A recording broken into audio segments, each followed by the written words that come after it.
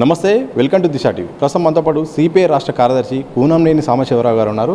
మీరు అసెంబ్లీ సాక్షిగా ఈ ఫిరాయింపులపైన ఒక స్పష్టమైన ప్రకటన కూడా మీరు చేశారు. ఇదే నేపథ్యంలో హైకోర్టు ఫిరాయింపులపైన స్పీకర్ సరైన నిర్ణయం తీసుకోవాలి, లేకపోతే సుమోటుగా మీరు తీసుకోవాల్సి వస్తుందని కూడా ఒక వార్నింగ్ లాగిచ్చింది. ఎట్లా చూస్తారు ఈ తీర్పైన? ఏదైనా ఫిరాయింపుల్ని నిరోధించడం కొరకు కోర్టులే చివరికి డైరెక్ట్గా ఇన్వాల్వ్ అవ్వాల్సిన అవసరం వచ్చింది.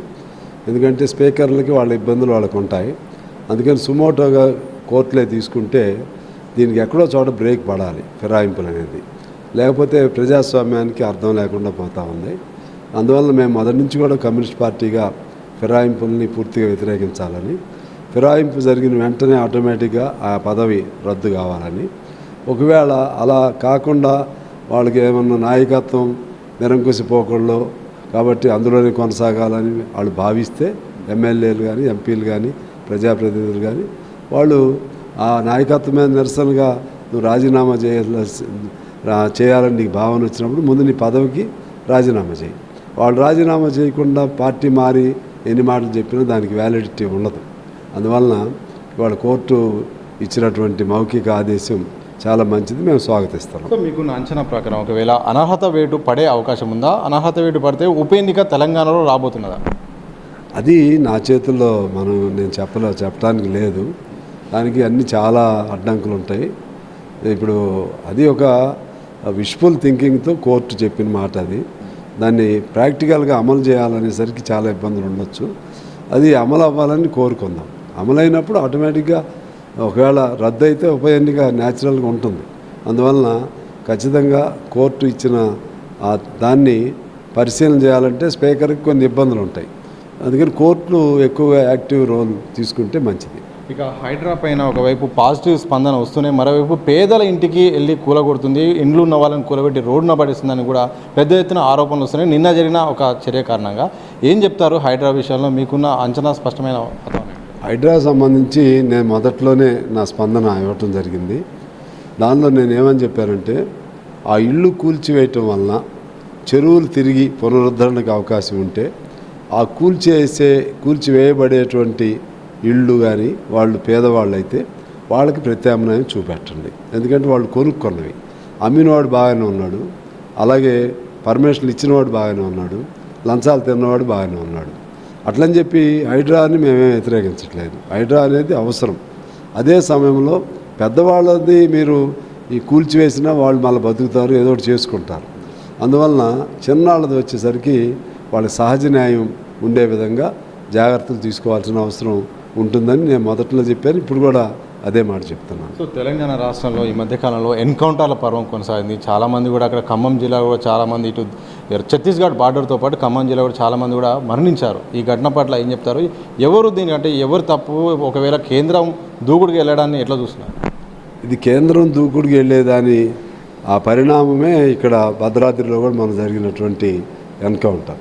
ఎందుకంటే శాంతి భద్రతల్ని కాపాడవలసింది హోమ్ మినిస్ట్రీకి సంబంధించినటువంటి హోమ్ మినిస్టర్ అమిత్ షా గారే ఆయన ఒక ఓపెన్గా చెప్పాడు, 2026 నాటికి మావోయిజం ఉండదు, అంటే ఎలిమినేట్ చేస్తాం, దాన్ని తుడిచిపెట్టేస్తాం. ఇటువంటి ప్రకటనలు చేయటం అనేది ప్రజాస్వామ్య వ్యవస్థలో ఊహించరానిది. ఏదన్నా తప్పు చేసి ఉంటే చట్టాలు ఉన్నాయి, కోర్టులు ఉన్నాయి, దాని ద్వారా మీరు చేయండి. అలా కాకుండా ఆటవిక న్యాయంలాగా ఏదో లేడీని చంపిన పులి రక్తం రుచి మరిగినట్లుగా అట్లా భావన వస్తుంది. దానివలన ఏమైందంటే మీరు మనుషులను చంపగలుగుతారు కాబట్టి మనుషుల్లో ఉన్నటువంటి వాళ్ళ బాధలు, వాళ్ళ ఆవేశం, వాళ్ళ భావావేశాన్ని, భావ వ్యక్తీకరణ ఎప్పుడు చంపలేరు. మన చరిత్ర మొత్తం చూసాం. ఆ విధంగా నిర్బంధాల ద్వారా మేమేదో సాధించామని అనుకుంటే అది ఆ భావం ఉన్నంతకాలం దాన్ని ఎవరు చంపలేరు. ఆ భావం నుంచి మళ్ళీ పిలకలు వస్తూ ఉంటాయి. అది కాదు కావాల్సింది. అవసరం అనుకుంటే కౌన్సిలింగ్ ద్వారా, లేదా కౌన్సిలింగ్ కాకపోతే చర్చలు జరపండి. ఒకవేళ చర్చల్లో కూడా జరగలేదనుకోండి, తప్పులు జరిగినాయి అనుకోండి, కోర్టులు ఉపయోగించండి, చట్ట ప్రకారం చేయండి. ఆ విధంగా చేయకుండా మీ ఇష్టం వచ్చిన పద్ధతులు మేము చంపేస్తాం, అధికారం ఉంది కదా అంటే ఆ చంపటం అక్కడి వరకు ఆగదు. ఇవాళ మావోయిస్టుల జోలికి వెళ్తారు, రేపు కమ్యూనిస్టులు అంటారు, లేకపోతే ఇంకా ఆ తర్వాత జర్నలిస్టులు అంటారు, ఆ తర్వాత ప్రశ్నించే ప్రతి ఒక్కరిని ఏదో పేరుతో చంపుతారు, లేకపోతే లోపలేస్తారు. బెయిల్ వచ్చినప్పుడు బయటికి రానియకుండా వరవరరావు గారు చూస్తున్నాం, మనం సాయిబాబు గారు చూసాం, ఇటువంటివన్నీ మనం చూస్తూ ఉన్నాం. అందువలన మావోయిస్టులకు సంబంధించినటువంటి స్పష్టమైనటువంటి ఒక విధానం కేంద్రానికి ఉండాలి. ఎవరిని కూడా చంపటం అనేది కరెక్ట్ కాదు. చంపితే అది హత్య కిందే లెక్క. నా దృష్టిలో అది హత్య కింద. నువ్వు అధికారంలో ఉండి చంపినా సరే, పేరు ఎన్కౌంటర్ అని పేరు చెప్పినా సరే, అదంతా బోటకం ఎన్కౌంటర్లు, అది దాన్ని హత్యగా నమోదు చేయాలి. ఆ విధంగా చంపిన వాళ్ళు ఎవరైనా వాళ్ళని హత్యా కేసుల్లో వాళ్ళని ఇన్వాల్వ్ చేయాలని మేము డిమాండ్ చేస్తాం. సెప్టెంబర్ 17 రాగానే పెద్ద ఎత్తున చర్చ జరుగుతుంది. మా క్లెయిమ్ అంటూ కూడా ఒక్కొక్క పార్టీ కూడా ఒక్కొక్క కార్యక్రమాన్ని కూడా తీసుకుంటున్నాయి. ఈ నేపథ్యంలో సిపిఐ పార్టీ ఈ యొక్క విమోచన దినోత్సవం సంబంధించిన చర్చను ఎట్లా చూస్తుంది, అలాగే ఏమేమి యాక్టివిటీ చేయబోతున్నారు, మీ స్టాండ్ ఏంటి? సిపిఐగా మేము ఈ తెలంగాణ సాయుధ పోరాటానికి పిలుపునిచ్చిందే సిపిఐ. ఆనాడు 48 సెప్టెంబర్ 11న 47 సెప్టెంబర్ 11 పిలుపు ఇచ్చాం.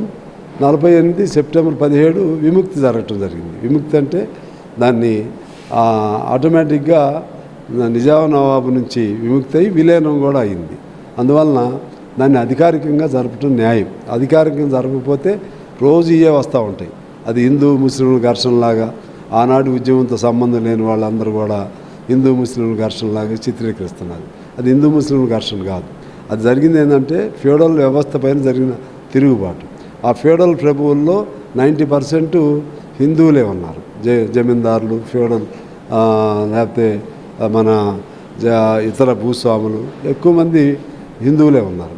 అలాగే ఇందులో పాల్గొన్న వాళ్ళల్లో హిందువులు ఉన్నారు, పేద ముస్లింలు అనేక మంది కూడా ఉన్నారు.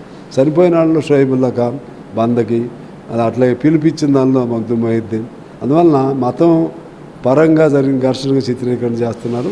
దాన్ని ఎక్కడో చోట బ్రేక్ చేయాలంటే ఖచ్చితంగా అధికారికంగా దాన్ని విలీనాన్ని అంగీకరించి ప్రభుత్వాలు జరపాలని మేము డిమాండ్ చేస్తాం. చివరిగా చెప్పండి సార్, ఈ మధ్యకాలంలో సాఫ్ట్వేర్ ఎంప్లాయీస్ మీ యొక్క వీడియోను, అసెంబ్లీలో మాట్లాడిన వీడియోను బాగా ట్రోల్ చేస్తున్నారు. పాజిటివ్ కామెంట్స్ కానీ ఒక్కొక్క ప్రశంసలు కానీ ఇస్తున్నారు. ఎందుకు సాఫ్ట్వేర్ సమస్యలు ప్రస్తావించవలసి వచ్చింది? అసలు మీకున్న ఉద్దేశం ఏంది వాటి పట్ల? సాఫ్ట్వేర్ అంటే వాళ్ళు మంచిగా చదువుకున్నారు. చదువుకున్న మేరకు సాఫ్ట్వేర్ ఉద్యోగాలు ఉంటే జీవితాలు బాగుపడతాయి అనుకున్నారు. కానీ వాళ్ళకి తెలియకుండానే బానిసత్వంలో దింపివేయబడ్డారు. వాళ్ళు బయటకు రాలేరు, అందులో కొనసాగించలేరు. కొనసాగుతుంటే వాళ్ళ ఆరోగ్యాల మీద 50 ఏళ్లకే పూర్తి వృద్ధాప్యంలోకి వెళ్ళిపోతున్నారు. వాళ్ళ సంక్షేమం కూడా చూడవలసిన బాధ్యత ప్రభుత్వాలపైన ఉంది. వాళ్ళ పని గంటలు అమలు చేయించాల్సిన బాధ్యత ప్రభుత్వాలపైన ఉంది. కేవలం ఆ పేరుతో ఏదైనా ఇన్వాల్వ్ అయితే ఆ కంపెనీలు రావని భయంతో చేయటం కరెక్ట్ కాదు. చట్టం ఉన్నప్పుడు చచ్చినట్టుగా సాఫ్ట్వేర్ కంపెనీలు వాడు అవసరం కోసం వాడు వస్తాడు. అందుకని దాన్ని పీడించి పిప్పి చేసి వాళ్ళు మానవ రక్తాన్ని మరిగినట్లుగా వాళ్ళందరినీ వాడు ఎట్లయిన జీతం కోసం పనిచేస్తాడు కదా అని చెప్పి ఈ విధంగా దుర్మార్గం ఇది. దాన్ని మేము ఖండిస్తున్నాం. ఇంకా దానిపైన ఉద్యమానికి కూడా మేము ప్లాన్ చేస్తాం. ఉద్యమం వైపు కూడా తీసుకెళ్తాం. సాఫ్ట్వేర్లో పనిచేసే ప్రతి ఎంప్లాయీకి కూడా మేము ఉన్నామని భరోసా ఇవ్వడానికి మేము కమ్యూనిస్ట్ పార్టీగా మేము ప్రయత్నం చేస్తాం. మీ దృష్టికి వచ్చిందా? సోషల్ మీడియా జరుగుతుంది, వచ్చింది. కోట్ల మంది చూస్తున్నారు. ఒక్కోటి 2 మిలియన్లు, లేకపోతే అంటే 20 లక్షలు, అట్లా ఒక్కొక్క అంశం చూస్తున్నారు. మంచిదే, ఇంకా చూడాలి. వాళ్ళ పాత్ర కూడా అవసరం వచ్చినప్పుడు, మేము పిలిపి వచ్చినప్పుడు వాళ్ళు కూడా పాల్గొవాల్సిన అవసరం ఉంది. Thank you. మొత్తంగా ప్రజాస్వామ్యంలో ఒక పార్టీ నుండి మరో పార్టీలోకి చేరడం అయితే ఇది సరైన పద్ధతి కాదు. హైకోర్టు ఒక ఫిరాయింపులపైన ఒక ఆదేశాలు ఇవ్వడం మాత్రం శుభ పరిణామాన్ని. ఏ పార్టీ కూడా ఇది సరైన పద్ధతి కాదు, ఫిరాయింపు కల్చర్ అని చెప్పారు. మరోవైపు హైడ్రా విషయంలో పేదల జోలికి వెళ్ళొద్దు, మేము హైడ్రాను ప్రోత్సహిస్తున్నాం, కానీ డబ్బున్న వాళ్ళు బడా వాళ్ళు కూల్చివేస్తే మళ్ళీ వాళ్ళు కట్టుకోగలరు. పేదల జోలికి వెళ్ళొద్దని గతంలో చెప్పాం, ఇప్పుడు కూడా చెప్తున్నామని కూడా కూనంనేని సాంబశివరావు గారు స్పష్టం చేసిన సందర్భం చూడొచ్చు. కెమెరా పర్సన్ మధుసూదన్తో సతీష్, దిశ టీవీ, హైదరాబాద్.